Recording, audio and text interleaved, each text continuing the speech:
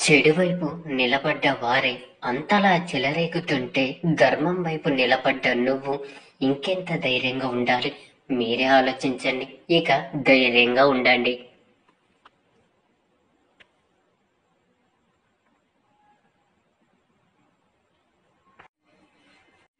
నిన్ను అవమానించిన వాడు ఎంత గొప్పవాడైనా సరే అస్సలు వదిలిపెట్టకండి.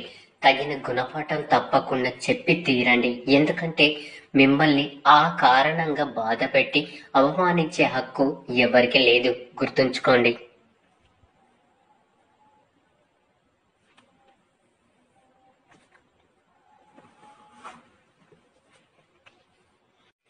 నీ బలహీనతల్ని బయట పెడుతున్నంత కాలం నిన్ను బాధ పెట్టేవారు పుడుతూనే ఉంటారు. తేనె తీయగా ఉంటుంది కదా అని దాని నీరులా తాగకూడదు. అది మంచిది కాదు. అలాగే ఒకరు నీతో మంచిగా మాట్లాడుతున్నారని నీ బలాన్ని కానీ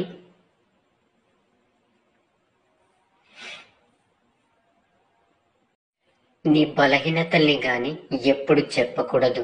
ఎందుకంటే అది కూడా మంచిది కాదు. గుర్తుంచుకోండి. అందమైన తోడు దొరకడం కాదు, బాధ్యత కలిగిన తోడు దొరకడమే నిజమైన అదృష్టం. ఎందుకంటే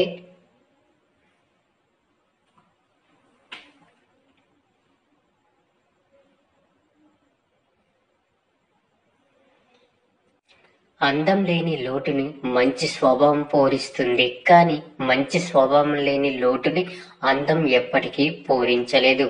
కాదంటారా?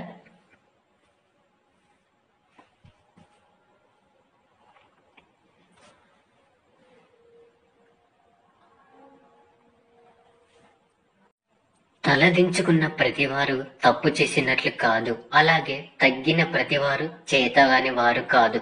కొన్నిసార్లు నెగ్గడం కంటే తగ్గడం వల్లే మంచి జరుగుతుంది అని తెలిసిన వారు గుర్తుంచుకోండి.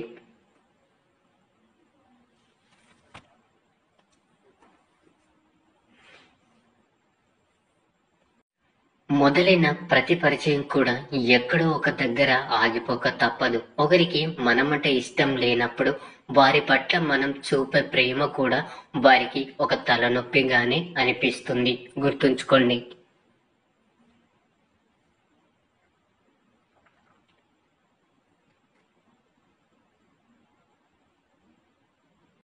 మీరు దేనికి బాధపడకండి. ఎవరి విలువ ఏంటో అన్నది సమయం వచ్చినప్పుడు ఖచ్చితంగా తెలుస్తుంది. కాస్త ఓపిక పట్టండి.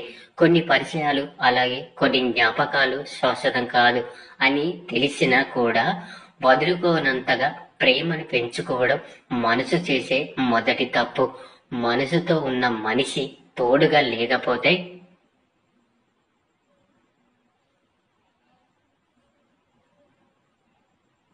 చుట్టూ ఎంతమంది ఉన్నా కూడా జీవితమంతా ఒంటరిగానే అనిపిస్తుంది.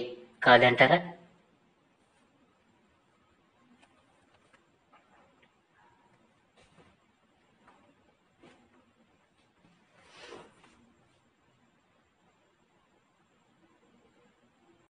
మంచితనం మరి ఎక్కువైతే మన వాళ్ళే మనకు శత్రువులు అవుతారు.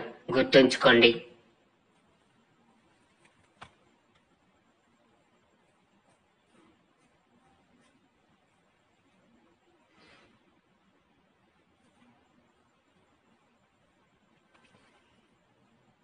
కావాలని దూరం పెడుతున్నప్పుడు కారణాలు తెలుసుకోవడానికి ప్రయత్నించకండి.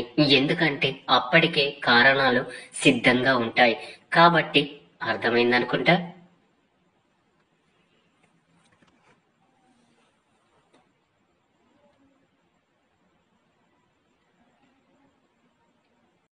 మానవ సంబంధాలకు మరణం అనేది ఎప్పటికీ ఉండదు. కానీ నిర్లక్ష్యం, అహంకారం, అనుమానాలతోనే అవి దూరమైపోతూ ఉంటాయి.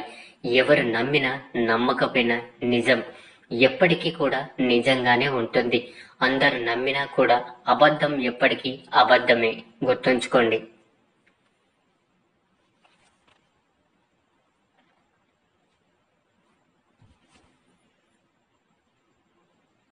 మీలో మంచి వ్యక్తిత్వం ఉంటే మీరు వ్యక్తుల్ని కోరుకోరు, వ్యక్తులే మిమ్మల్ని కోల్పోతారు. అర్థమైందనుకుంటా.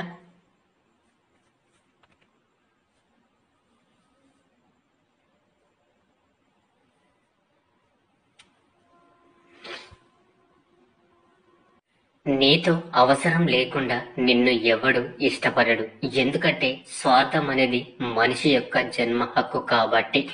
అవసరమున్నా లేకున్నా ఎప్పుడు ఒకేలా ఉండు.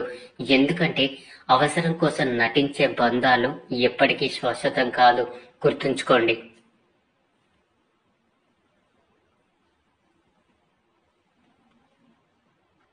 బలవంతుడు కొట్టే దెబ్బనైనా తట్టుకొని నిలబడలేము, కానీ నమ్మినవాడు కొట్టే దెబ్బను మాత్రం తట్టుకొని నిలబడడం అంత సులభం కాదంటారా?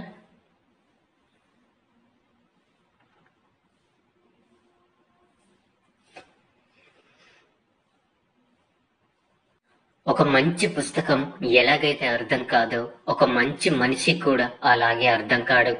ఏదైనా సరే లోతుగా చదవాల్సిందే. అర్థమైందనుకుంటా.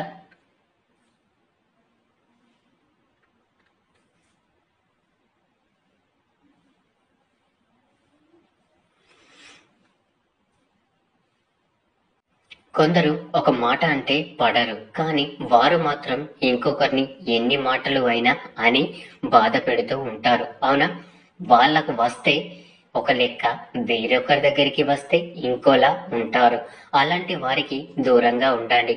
జీవితం ప్రశాంతంగా ఉంటుంది.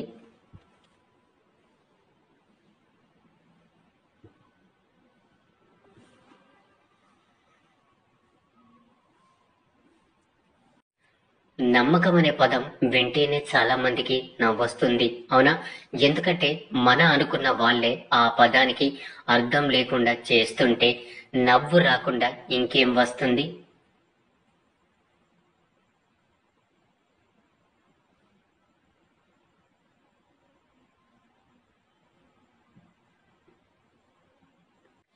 మట్టి కలిపితే ఇటుకగా మారుతుంది. ఇక ఇటుకలన్నీ కలిపితే ఒక గోడలా మారుతుంది. గోడలన్నీ కలిపితే ఒక భవనంలో మారుతుంది. అవునా? ప్రాణం లేని వాటికి ఉన్న ఐక్యత జీవమున్న మనుషులకు లేదు. కాదంటారా?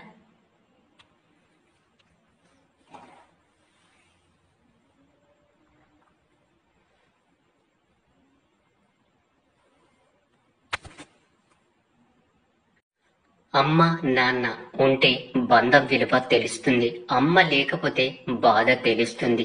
నాన్న లేకపోతే బాధ్యత తెలుస్తుంది. ఆ ఇద్దరు లేని రోజు బ్రతకంటే ఏంటో తెలుస్తుంది. కాదంటారా?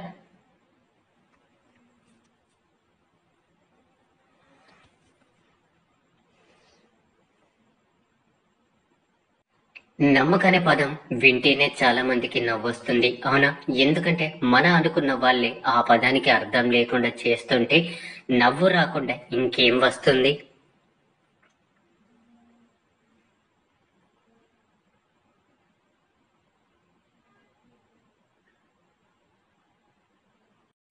ఈ ప్రపంచంలో అతి కష్టమైనది ఏంటో తెలుసా? మనం సంతోషంగా ఉన్నామని అవతలి వాళ్ళని నమ్మేటట్లు చెయ్యడమే. అవునా?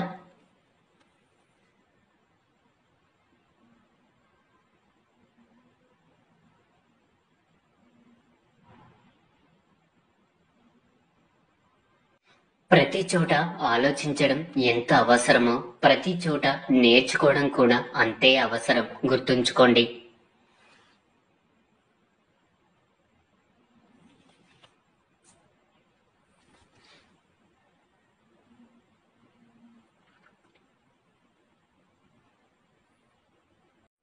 బాధ్యతని గుర్తు చేసి మనల్ని బాగు చేసే భయం ఖచ్చితంగా మనకు అవసరమే.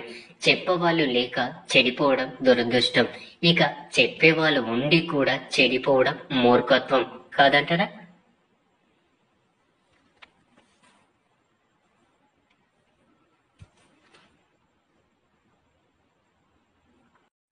కాళ్ళని తాకితే కాని ఆశీర్వాదం దొరకదు. అవునా?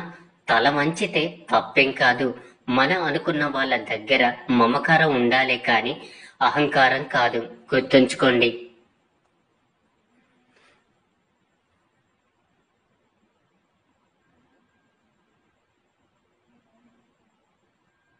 ఇక అందరూ నాతో పాటు ప్రేమతో ధ్యానించండి. రాధాకృష్ణ, రాధాకృష్ణ.